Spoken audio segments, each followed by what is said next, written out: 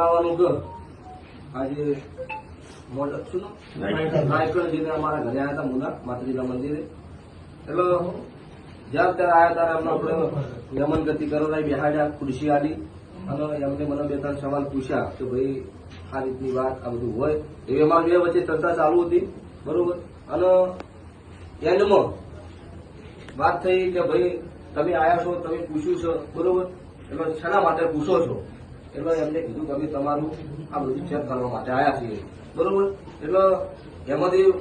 public વધારે હતી પબ્લિકના દ્વારા હોબાળો થઈ ગયો બરોબર નહીં તમારા સપોર્ટર હતા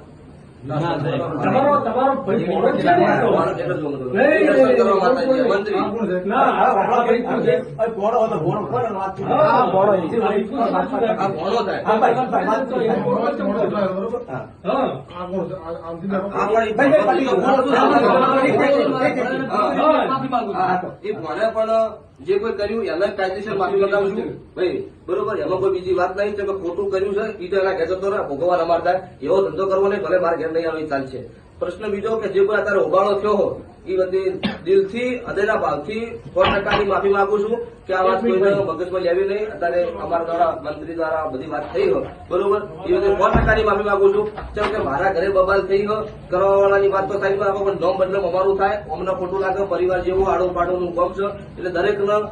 આ માધ્યમથી જણાવવાનું કોઈને આ વાતમાં મન દુઃખ રાખવું નહીં તો અમારો પરિવાર છે કાલ દાડો ભેળું રહેવાનું છે એટલે કોઈને મગજમાં ખોટી વાત ને ખોટી વાતમાં લેવું નહીં